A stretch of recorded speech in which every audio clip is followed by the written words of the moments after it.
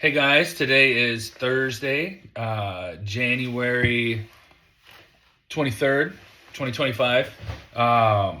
So yesterday we did chapter 14 Leviticus with it was mold, and then defiling skin, how to stay clean. Today we're going to do a quick little chapter 15 on personal cleanliness. So we'll jump into this. The Lord said to Moses and Aaron, "Speak to the Israelites and say to them, when any man has an unusual bodily discharge, such discharge is unclean. Whether it continues flowing from his body or blocked, it will make him unclean. This is how discharge will bring about uncleanliness." So this is like a sore with pus, something that's infected.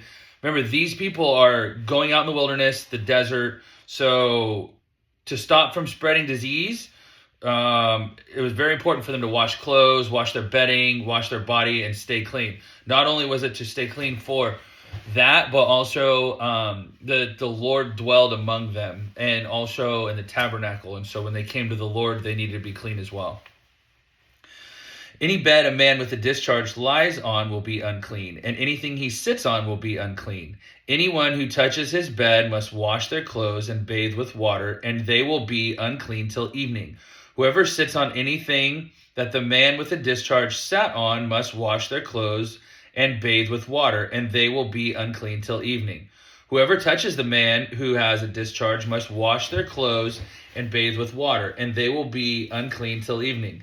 If the man with the discharge spits on anyone who is clean, they must wash their clothes and bathe with water, and they will be unclean till evening.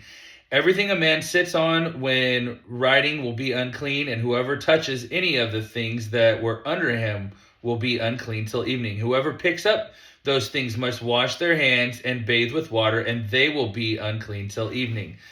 Anyone the man with a discharge touches without rinsing his hands with water must wash their clothes and bathe with water, and they will be unclean till evening. A clay pot that the man touches must be broken, and any wooden article is to be rinsed with water. It's almost like cooties, right? Like just whatever you think's dirty, you got to clean it.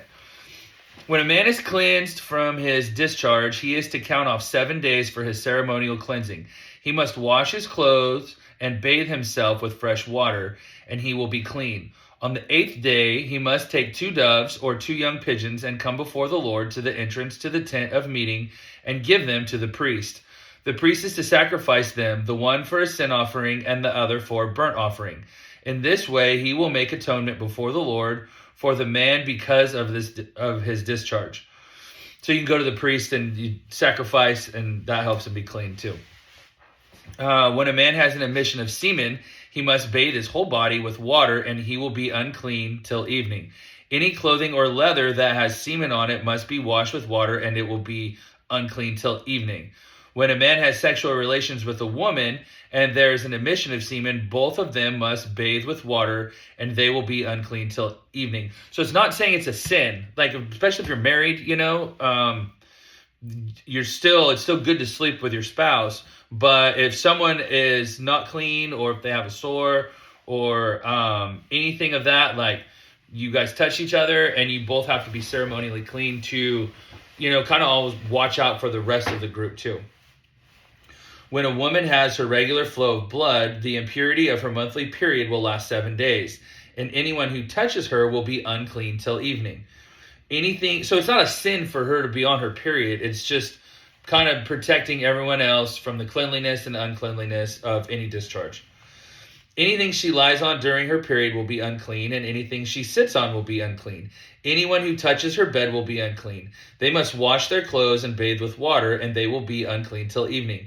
Anyone who touches anything she sits on will be unclean. They must wash their clothes and bathe with water, and they will be unclean till evening.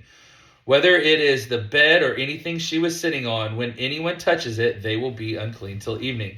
If a man has sexual relations with her on her monthly flow, and her monthly flow touches him, he will be unclean for 7 days. Any bed he lies in will be unclean. Still not a sin. They're just saying it's not a cleanly thing to do. When a woman has a discharge of blood for many days at a time other than her monthly period, or has a discharge that continues beyond her period, she will be unclean as long as she has the discharge. just as in the days of her period.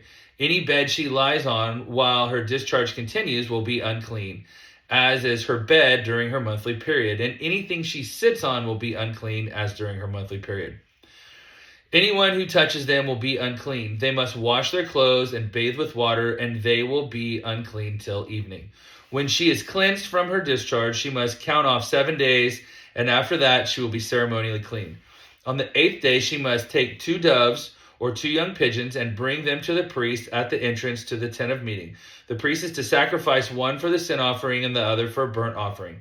In this way he will make atonement for her before the Lord for the uncleanliness of her discharge. So this was like if she had a discharge that wasn't her period, that's what it's saying. So there's some kind of sin sacrifice. You must keep the Israelites separate from things that make them unclean, so they will not die in their uncleanness for defiling my dwelling place, which is among them. So this is what God's saying.